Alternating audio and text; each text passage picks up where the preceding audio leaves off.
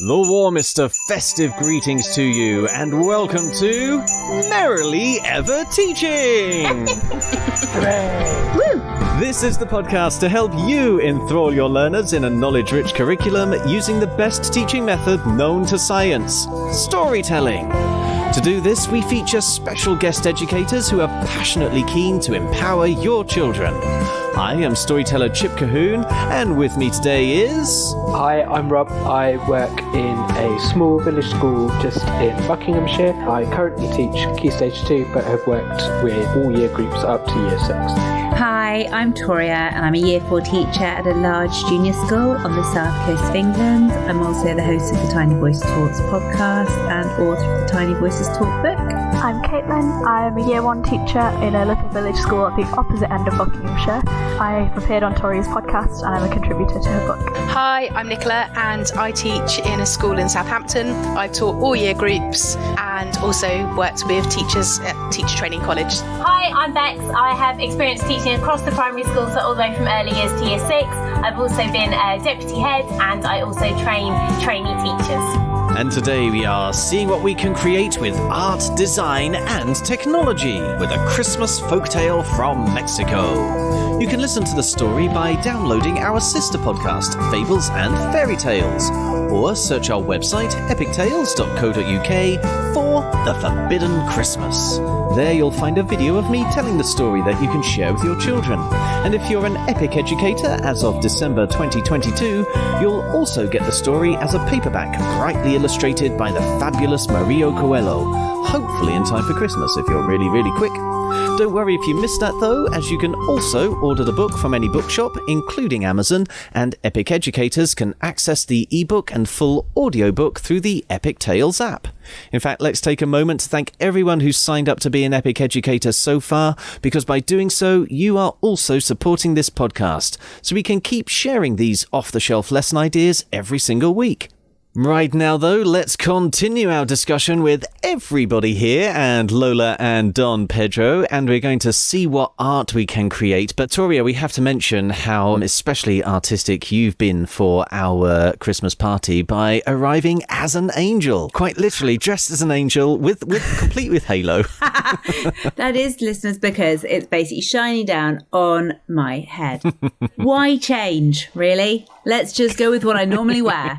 Looking angelic. And you're, I know that you're dressed how you are because you are heading on to a party indeed. After this one. But we also know that you very recently had a party of your own for the launch of the Tiny Voices Talk book. I know. It was... How did it go? Oh my goodness. It was really, really exciting. At the moment, I'm trying to make a video that's going to go up on YouTube, which is the recording of it. But it was fabulous. You know, we were incredibly lucky. We had around 50 people on the call. So it was a Zoom thing, just celebrating the quieter voices in education. We were really lucky. Dame Alison Peacock came along and opened it for us, which was rather fabulous. She is a wonderful supporter of the Tiny Voices. And then we had lots and lots of the contributors. There are 37 contributors in all to the book, and we have many of them actually talking, including our very own Caitlin. Didn't you, Caitlin? You talked. I did, if we can call it that. 50 people on Zoom is a lot harder than 30 children in a classroom. Well, I'm sure you did magnificently. She did. But no, it was really good. It was lovely. I mean, we have about 50 people listening to this podcast every day, Caitlin, so you're getting some good practice right here. But I can't see all those 50. That's fine. It was just so lovely. What's interesting from my point of view is although I put the book together, I chose the actual contributions. There were many, many, many that came in, and there's 37 contributions, but there's about 100 that actually came in. But I hadn't actually met all 37 contributors. I've emailed, exchanged with many, many of them, unlike Caitlin. So I've interviewed Caitlin for my podcast, so I know Caitlin. A lot of the contributors, I've never met them. I've never spoken to them. I've never seen them. So it was, for me, it was really exciting. Actually just sort of going, oh my goodness. You people are actually real. Yeah, we're doing it virtually, but there's something really special. And you know yourself, exchanging emails with people is very different from actually seeing them. Even virtually, there's something very special about sharing a virtual space with people just like we are now. now. I think there's something incredibly special because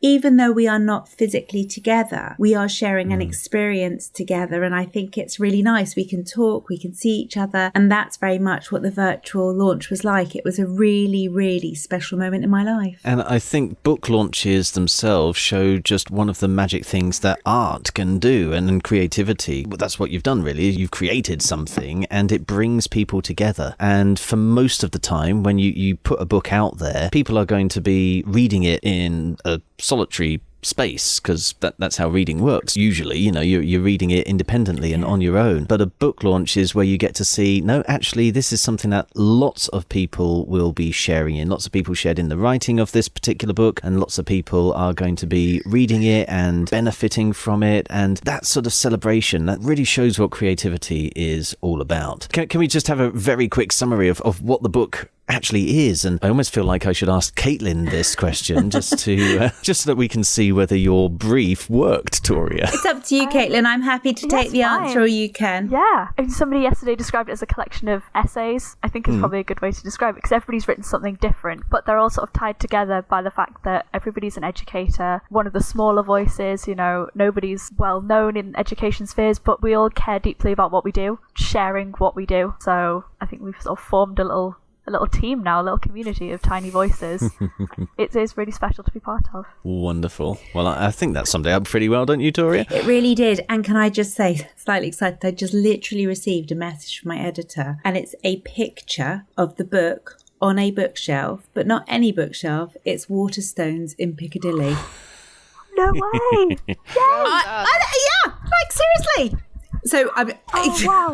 That's a wonderful moment. I know, and I just had to share that because I was like, oh my goodness, because it's really strange. It's a very, very strange one, and Caitlin will know this, when you put, as you said, when you put your writing out there, to actually then have it read by another, appreciated by another, it's a really, really special thing. What I find amazing is that this random idea of mine to actually have the Quieter Educators heard, because I do believe that we all have an awful lot to say. That random idea is actually now in print. It's there to support and help leaders, teachers, teaching assistants, students, teachers, and ECTs. And now I'll be quiet, but yes. Well, I hope you won't be too quiet, because we need you to talk on our podcast as well. Well, I'm ready to talk. Go. Art is a really important subject, as is design and technology. And let's start right down at the end of the age range from 4 to 7, where, Rob, you've been looking at the art and design and technology for this one, haven't you? Yeah, I managed to find some bits that would tie into both as well, and some of the DT ideas also tie into kind of maths. It's kind of STEM ideas, so that's quite good. But in terms of art, as I was reading through the story and it was talking about the procession through the village, I was thinking, the depiction of the lanterns, just kind of, they're mentioned, but it's not explicit what they look like. So I was thinking with the younger children, you could definitely start by saying, okay, well, what is a lantern? Because there will be some children who probably haven't seen lanterns before. And if they do, it might just be kind of your Snow White and Seven Dwarfs, hold it in your hand lantern. I know that in some parts of Milton Keynes, near where I live, there are lantern festivals in December. So draw links to your local community, understanding the world that you live in, and then say, okay, well, if it's Christmas in Mexico, what kind of lanterns would we expect to see? So have a go at drawing some, and then even potentially having a go at creating them as well. And if you're going to do that, I know that farolitos are sort of paper bags with candles in, which sounds like a health and safety nightmare. It's a very easy one to do with those little battery-powered tea lights that you can get. Yeah. The only thing with those is that they're not particularly strong, so I think you need to cut some holes in your paper and make a decorative lantern.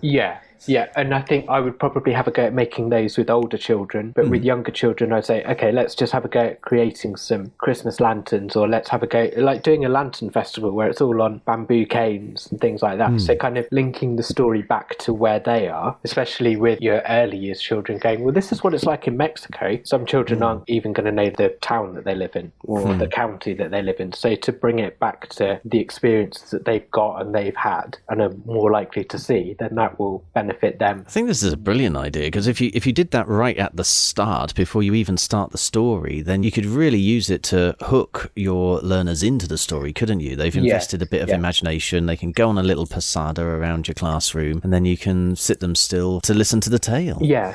Let's shift you on up to ages 7 to 11 then. Toria, what did you find for the art in this story? It's similar to Rob, but slightly more developed in a sense. So I was really interested about what Mexican decorations looked like, because that was mentioned. And actually, I went and Googled Mexican Christmas, and it's so bright and it's so colourful and it's so vibrant. Now, I'm someone that doesn't overly like sensory overload in my classroom, but actually there are so many... Really? Yeah, I'm sorry. sorry, but hearing that from you Sorry. sounds No, amazing. I can't stand the idea of everything hanging down on top of me. Oh, okay. Yeah, However, the idea of creating lots of these decorations, there are many, many decorations that could be created. You know, there are various paper flowers and so on. There are little felt things that they could sew for decorations and so on. So I was thinking initially, that's how I would actually, my engage for the whole story would be to create decorations and properly decorate my classroom. They then have to take all the decorations home at the end of the day. That would be the initial start. Then moving on with the lantern idea. Now, I went to Wakehurst Place last year. Over Christmas, what they do is they do the most amazing lantern sculptures. Just absolutely phenomenal. So paper sculptures of all sorts of creatures, animals, just inspiration. I looked it up. Now, this is slightly challenging. However, you can do reed and paper sculptures. And I was thinking that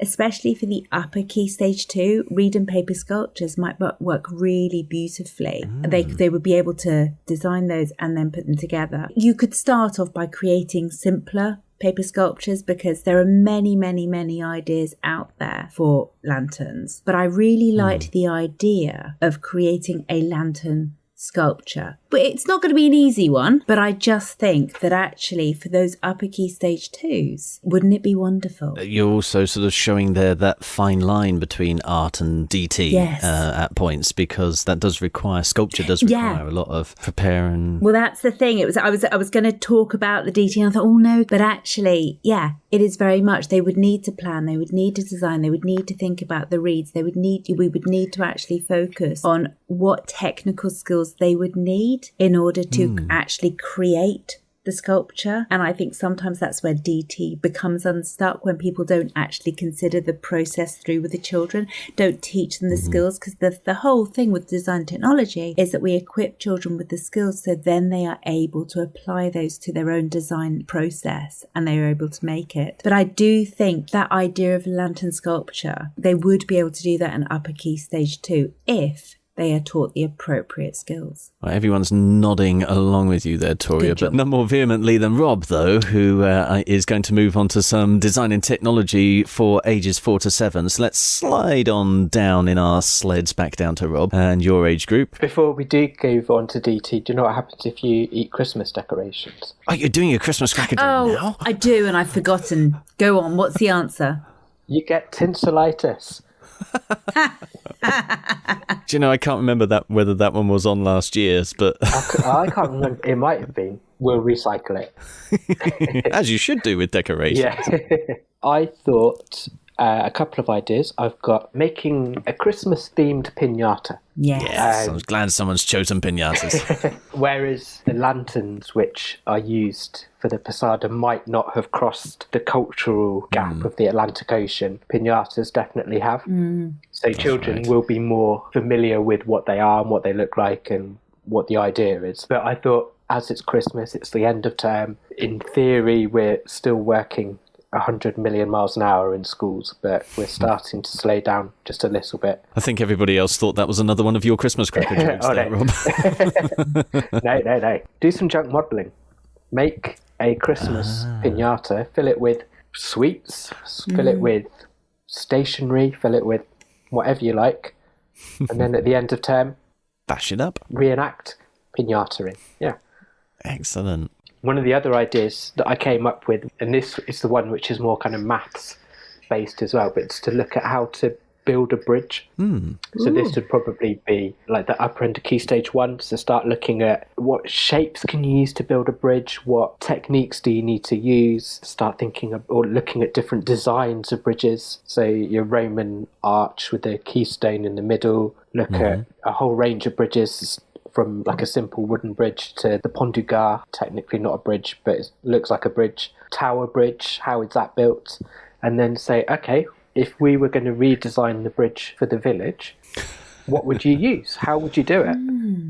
What techniques? How many Key Stage 1 classes are going to have a tower bridge over this tiny little river in Mexico now? I mean, you can scale it down, and then that's part of the design, isn't it? Talking about the scale. Yeah. If we had it the same size as the official one in London, it's probably going to be too big. So it's linked to the maths through scale, which you probably wouldn't teach explicitly to Key Stage 1, but you would mention it. But then the use of different shapes and how they fit together would definitely come into Key Stage 1 maths. And it's a good job to have those sorts of ideas introduced so that they're not too much of a surprise when they do meet them in a few years' time. Speaking of that few years' time then, that's 7 to 11 ages, Toria. What DT did you find for them? Aside from the paper lanterns, I love teaching children to sew, because I think sometimes we're quite nervous of sewing in the classroom, and I think we're quite nervous of actually, children, needles, scissors, fabric, the whole lot can be terrifying. But actually, there are so many beautiful Mexican tree decorations that I found, and I thought showing them those, then getting them to design their own. And what I really like is they're made from felt, but it's very much that idea of that felt on felt. I forget the special word right now. It's gone out of my head. Yeah, it'll come to me what the special word was, people, and everyone's probably shouting the special word at me. But the basic idea is that you have your Christmas decoration cut out felt, and then you're attaching other bits of felt to it, and you're building it up, and you're sewing all of those pieces on, and then you're stuffing your lovely Christmas decoration and hanging it on the tree.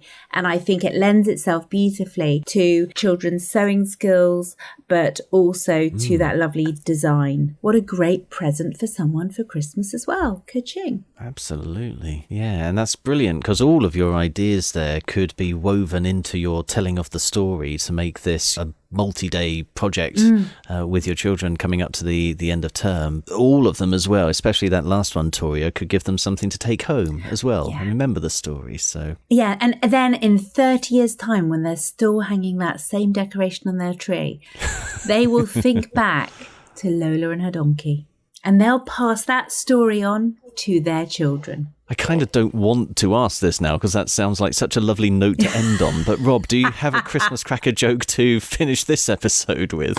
If there's a group of chess players boasting in the entrance of a hotel, what do you call them? No. Chestnuts boasting in an open foyer. That's a very good one. No I think you completely baffled Toria, but I literally have no words. That was just, That's sadly all we have time for in this episode, folks. If you'd like to talk to us about anything you've heard in this podcast, or if there's a subject you are soon to teach that you'd like us to cover, you can find us on social media using @TeachHappily, or leave us a review using your favourite podcast app. Please also share this podcast with your colleagues and help us start a story-led revolution in classrooms around the world, so children everywhere can enjoy knowledge-rich learning in a way that's effective, memorable and enjoyable all at the same time. Tomorrow, Lola and Don Pedro will help us make some music. But right now, it only remains for us to say cheerio, and we hope to hear your story soon. So, Cheerio! And we hope to hear your story soon.